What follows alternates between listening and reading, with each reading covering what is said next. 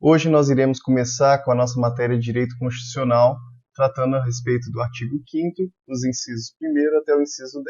A banca VUNESP ela tem uma tendência muito grande de cobrar a literalidade da lei. O que significa isso? Significa que nós iremos passar artigo por artigo, inciso por inciso, lendo para que você possa ter familiaridade com a lei. Lendo a lei, relendo a lei, ouvindo o que eu estou lendo para você, o que eu estou falando para você. Pegue a lei e tenha acesso sozinho aí para você poder cada vez mais tornar familiar essa lei. Hoje nós iremos começar a nossa primeira aula de Direito Constitucional, tratando a respeito dos direitos e garantias fundamentais, mais especificamente dos direitos e deveres individuais e coletivos. No edital, ele traz lá Direito Constitucional, Constituição Federal, título 2, que é exatamente esse daqui que nós estamos tratando, Direitos e Garantias Fundamentais. O capítulo 1, que é o que nós iremos tratar um pouco hoje, nós não iremos terminar, mas nós vamos falar um pouquinho do artigo 5º da Constituição Federal. Para que possamos compreender nessa primeira aula de Direito Constitucional o que vem a ser uma Constituição, nós podemos traçar aqui um triângulo que é conhecido como a pirâmide de Hans-Kelsen.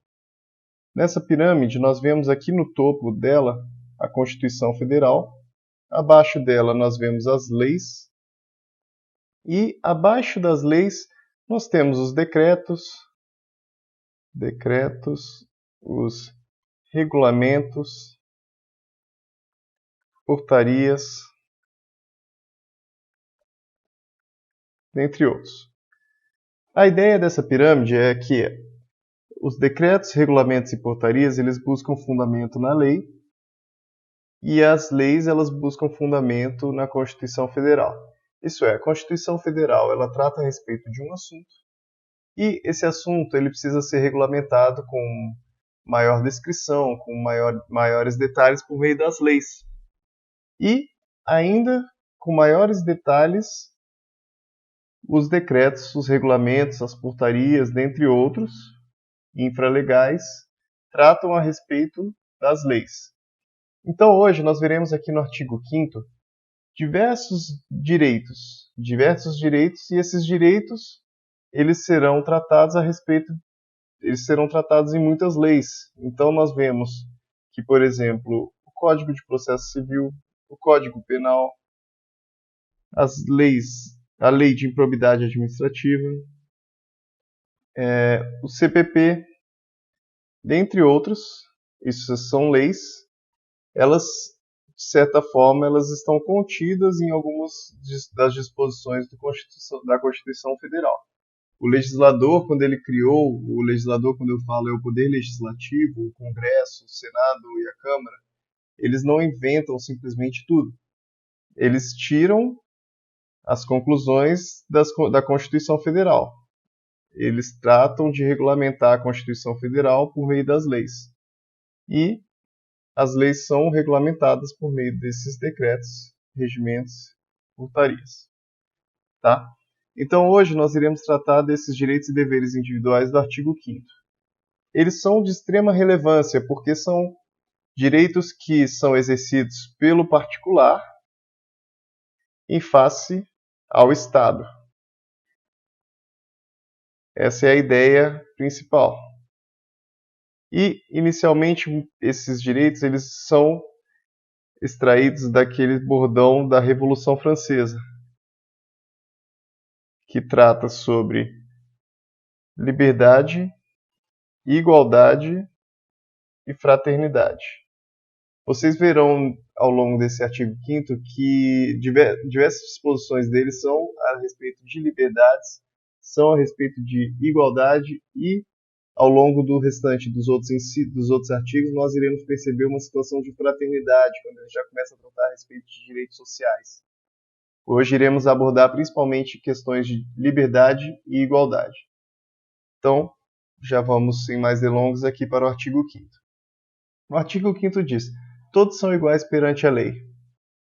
Iguais e perante a lei, sem distinção de qualquer natureza, garantindo-se aos brasileiros e aos estrangeiros residentes No país, a inviolabilidade do direito à vida, à liberdade, à igualdade, à segurança e à propriedade, nos termos seguintes.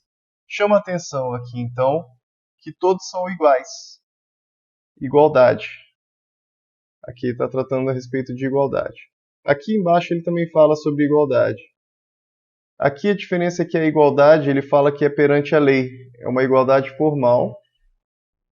Aqui embaixo, quando ele fala que tem direito à igualdade, é igualdade material.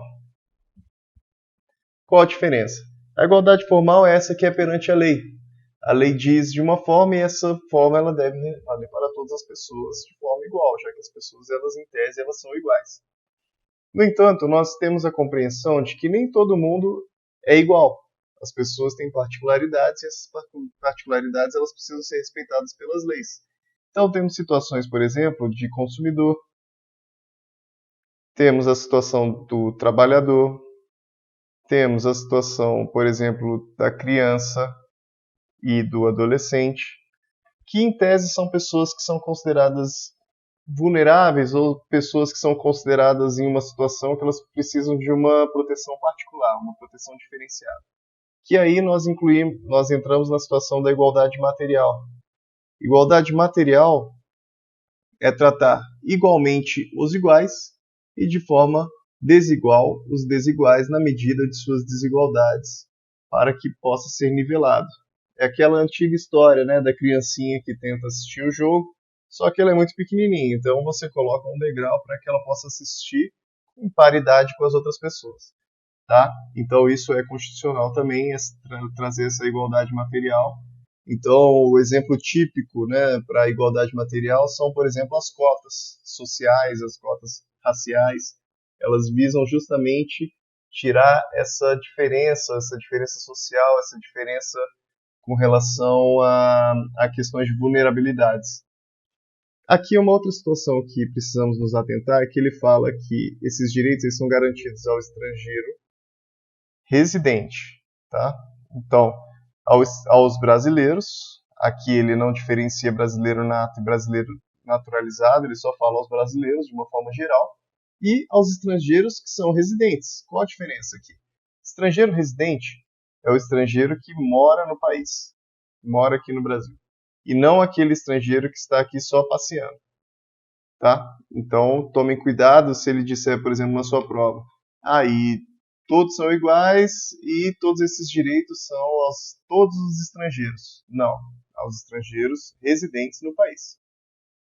Inciso 1º. Homens e mulheres são iguais em direitos e obrigações nos termos desta Constituição.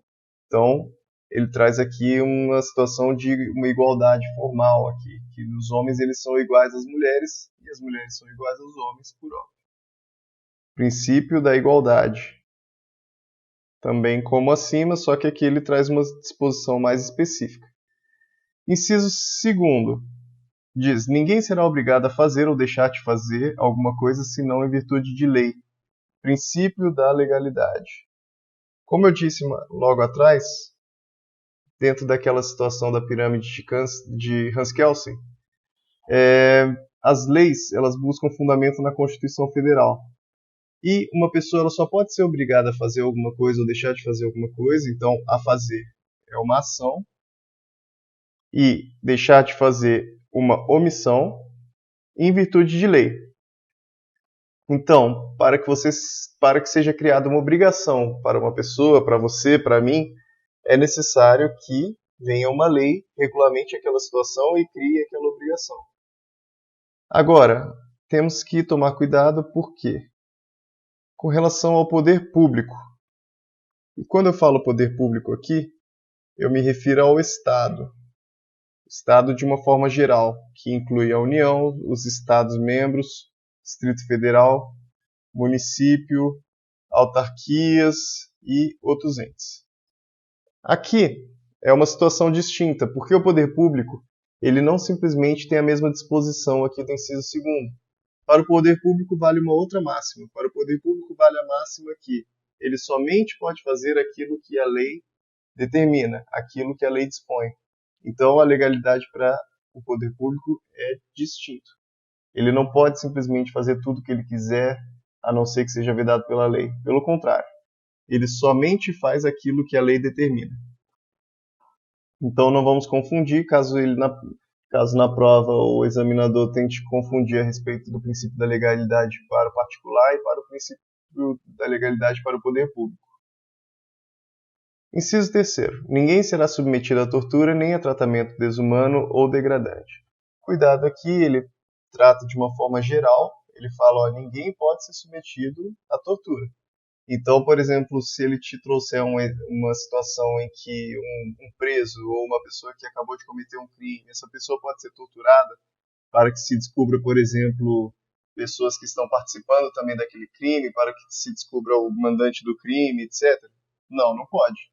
Porque aqui a Constituição fala, ninguém será submetido à tortura, ninguém, nem a tratamento desumano ou degradante. Então, nem mesmo um preso também não pode passar por essa situação. Sabemos que no nosso país não é exatamente isso, mas a nossa Constituição trata dessa forma. O inciso 4 dispõe que é livre a manifestação do pensamento, sendo vedado o anonimato. Tratamos aqui, então, de uma liberdade de manifestar o seu pensamento. Aquilo que você está pensando, você possui uma liberdade de manifestar isso, de expressar isso, de expor para o mundo. No entanto, existe aqui uma limitação. E a limitação é que é vedado o anonimato. Então, não cabe à pessoa, sob o véu do anonimato, sob uma situação de proteção especial que o anonimato proporciona, simplesmente manifestar o pensamento dela, falar o que ela quer. Por quê? A situação é a seguinte: a pessoa não pode simplesmente trazer prejuízo para outras pessoas e se proteger por forma do anonimato. Então, as pessoas elas precisam ser identificáveis para que elas possam responder por aquilo que elas estão fazendo, por aquilo que elas estão falando, aquilo que elas estão expressando. Aqui é uma situação, então, importante, que é vedado o anonimato, é bem comum cobrar isso em prova. Verifiquem, então, que o pensamento ele é livre, no entanto, o anonimato é vedado. É assegurado o direito de resposta proporcional ao agravo. Agravo aqui significa a situação que causou um prejuízo, que coube, então, um direito de resposta. Você prejudicou uma pessoa, então cabe que aquela pessoa responda por aquilo, que você tem o direito de responder por aquilo. Então, uma pessoa conta uma mentira a respeito do seu respeito, conta uma situação que prejudica a sua reputação, você possui direito de ir no mesmo meio que foi veiculado aquilo e responder, colocar a sua resposta e se defender por aquilo. No entanto, não termina aqui.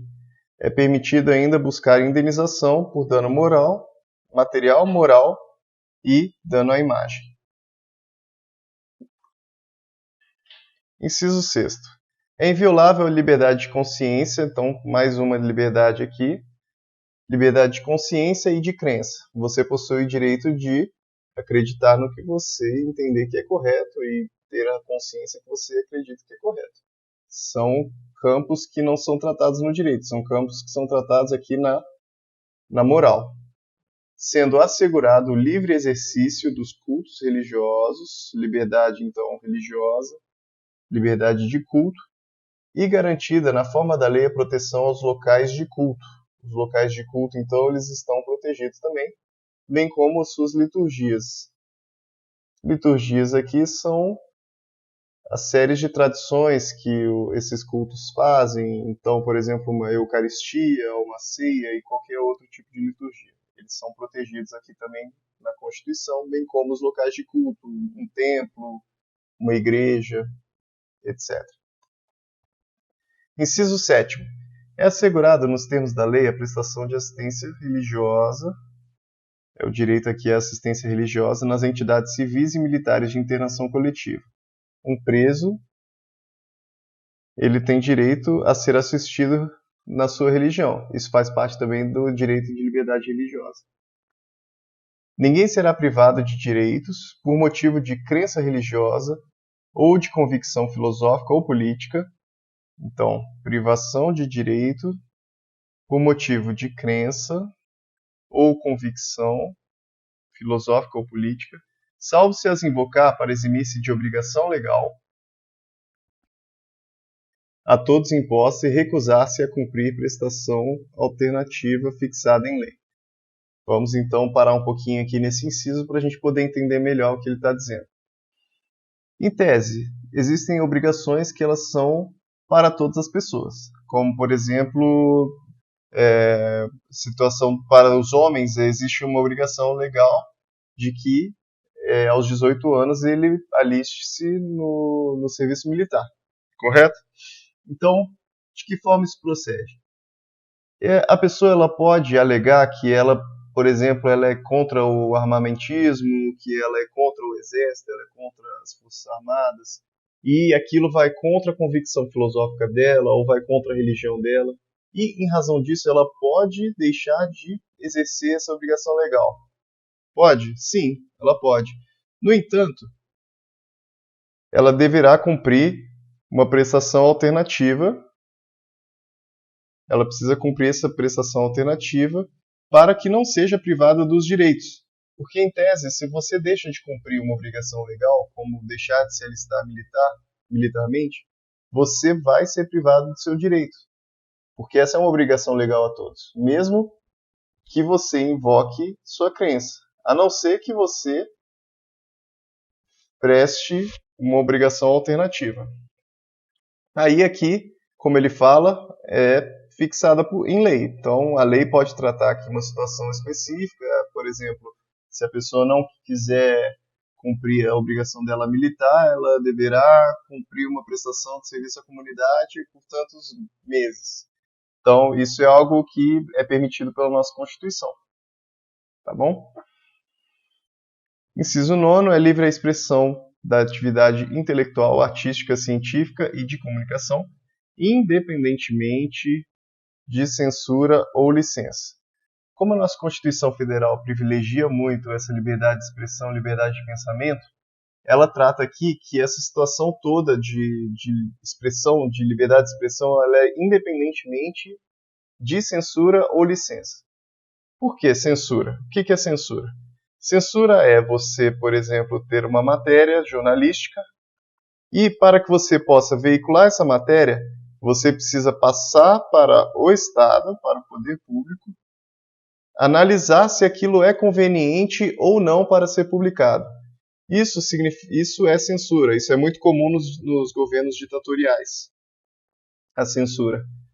Por quê? Porque os governos ditatoriais eles não têm interesse de que matérias contrárias a eles, contrárias aos interesses deles, sejam veiculadas.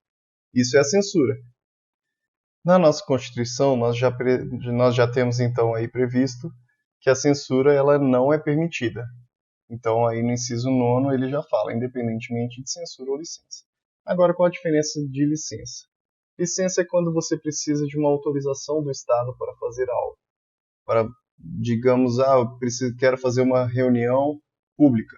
E você submete um pedido ao Estado, um formulário, alguma coisa, solicitando uma licença para aquilo. Então nós temos situações de licença, por exemplo, quando você quer abrir um negócio em uma determinada área. Você precisa de uma licença, às vezes uma licença ambiental, uma licença de algum outro tipo. Tudo bem, isso sim, mas agora para a liberdade de expressão ela não se aplica. A pessoa, em tese, ela tem liberdade para expressão daquela atividade intelectual dela, para aquela atividade artística e científica e de comunicação. No inciso 10º, ele fala que é inviolável a intimidade, a vida privada, a honra e a imagem das pessoas, assegurado o direito à indenização pelo dano material ou moral decorrente de sua violação. Aqui é o direito à intimidade, direito à vida íntima, direito à vida privada.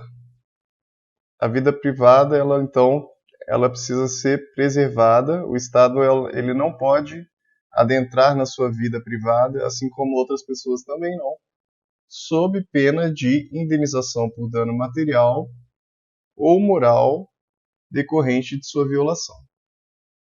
Nós então terminamos por aqui o ensino de hoje. Chegamos até o inciso 10º e continuamos na próxima aula. Obrigado.